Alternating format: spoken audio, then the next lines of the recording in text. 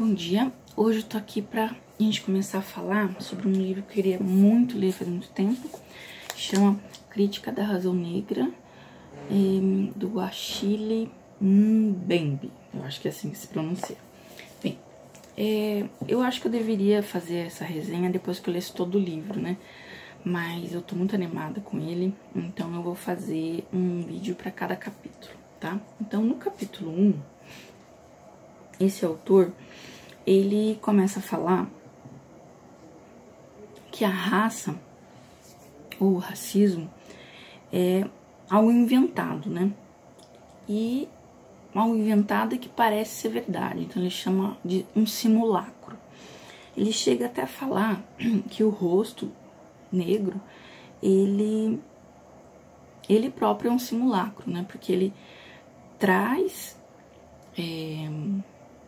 para quem vê uma série de ideias, medos e sentimentos que eles não são verdadeiros, né? Então realmente é como se fosse uma máscara sobre o rosto negro. E é só essa máscara, só esse simulacro que os outros, né, os que não são negros, conseguem ver. Então isso, daí ele vai processando todo a descrição que ele faz sobre o processo da raça e do racismo. Bem, nesse processo, então, de construir, né, do homem branco construir o negro, porque antes do europeu encontrar os negros na África e dizerem que os negros eram negros, os negros só eram, né? Então, a população negra, ela passou a existir como tal quando os europeus designaram eles assim. E quando eles fazem isso, eles usam apenas a aparência, né? Desconsiderando completamente o que pode haver, o que tem dentro, né? No conteúdo, ele só fica na superfície. E isso é estimulado, isso é retificar toda vez, né? Está falando, né? E sobre essa questão, de modo que essa invenção da raça, ela é um gerador de medo inconsciente, imagina só. Então, inconscientemente, quando as pessoas veem um negro, uma população negra, inconscientemente aquela imagem lhes traz uma série de sensações, sensações ruins, né? E de medo, e de superioridade também, né? E a sensação de que o outro, né, o negro, precisa ser então controlado, ele precisa ser colocado para fora, segregado, ele não deve estar no meio daquele grupo, né? Então,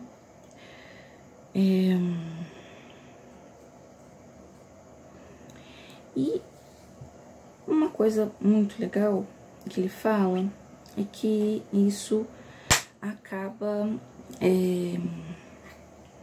justificando ou legitimando, pelo menos para os europeus, a ideia de que a África, por causa dessa noção de raça, precisa ser civilizada, né? Porque a raça, a noção de raça, quando ela foi criada para estigmatizar o negro, né? Então,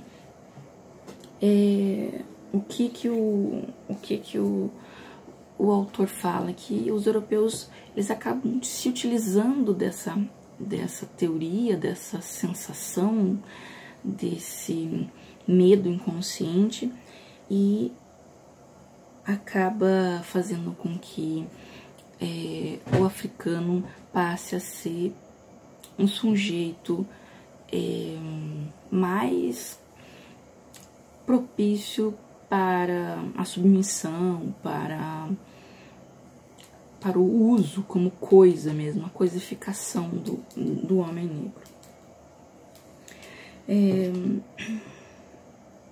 E aí ele fala uma coisa que faz a gente lembrar do Florestan Fernandes. Ele fala assim, que chega um momento, né, da história em que as elites, né, começam a se utilizar de uma ideologia de mestiçagem para dizer assim, é como o Florestan Fernandes fala, né, de que, não, todo mundo é mestiço, então a questão racial está resolvida, isso não é um problema, e então a gente não precisa discutir isso, a pobreza, a miséria, a estigmatização, mesmo depois da escravidão, ela passa a ser colocada embaixo do tapete. E junto com tudo isso, o autor fala que em muitos lugares, em todos os lugares que os negros foram parar, né, e eles foram parar em todos os lugares do mundo com a diáspora, e todas as contribuições que eles, históricas, né, que eles fizeram nesses diversos lugares, foram sistematicamente apagadas e desvalorizadas, de tal maneira que os próprios negros não conseguem ter a sua própria história, né?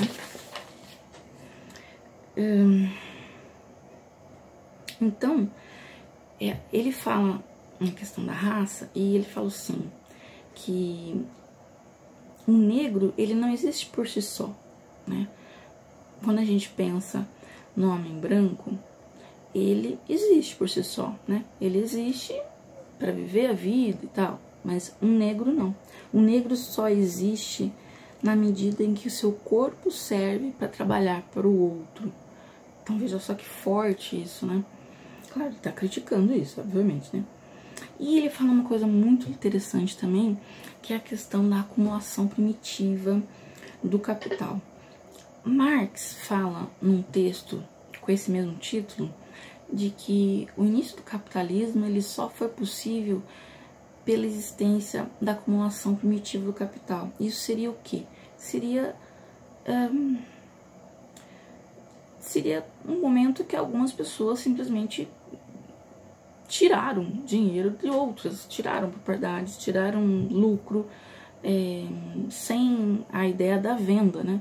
A expropriação do capital de alguém, de um grupo e tal. E esse autor ele fala que a maior acumulação primitiva que existiu foi a submissão do corpo negro, né? Quer dizer, o capital ele só funciona porque existe o capitalismo, né? Só funciona a partir do momento que tem um capital, né? Um dinheiro base para que o burguês pegue e invista em alguma coisa.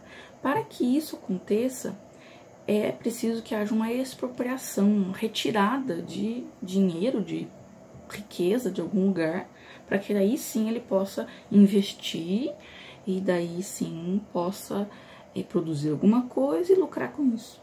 Então essa expropriação, primeiro que tornou possível o capitalismo, o autor diz que foi feito pela submissão do corpo negro. Porque afinal de contas, o trabalho escravo o que é? Né? É uma expropriação do trabalho, não é como a mais-valia, né?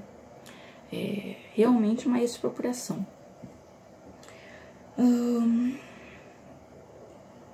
Bem, ele fala que por séculos ele faz um traçado histórico, mas ele vem em volta, então eu preferi não fazer o caminho histórico.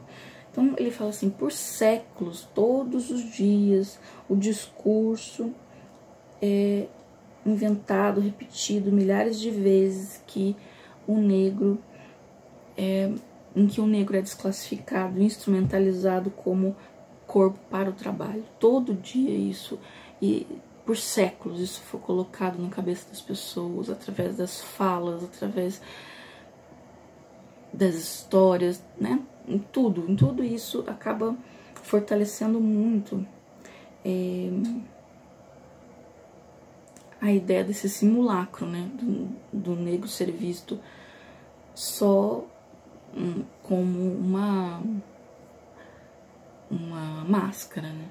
Não se vê o que tem por dentro como ser humano, mas se vê apenas como um corpo a ser utilizado para o trabalho. Bem, a história dos negros, então, nesse sentido, ela foi destruída, não há vestígios, né? E aí, como saber quem se é quando não se sabe a sua história, né? Então, é preciso que... E aí ele reforça muito, esse autor reforça muito a importância da formação das comunidades raciais, né? Ele não fala em movimento social, mas comunidades raciais em que essas pessoas ficariam juntas e compartilhariam histórias e reinventariam tradições e se fortaleceriam mutuamente para se criar uma identidade, né? Uma identidade simbólica, né? Construída por eles mesmos ali, sem interferência do outro, né? Mas essa comunidade, como ela existe justamente com essa intenção, ela não deixa de ser um lamento, né? Um luto. Então, uma comunidade que só existe para dizer, olha, eu passei por isso, você também, né?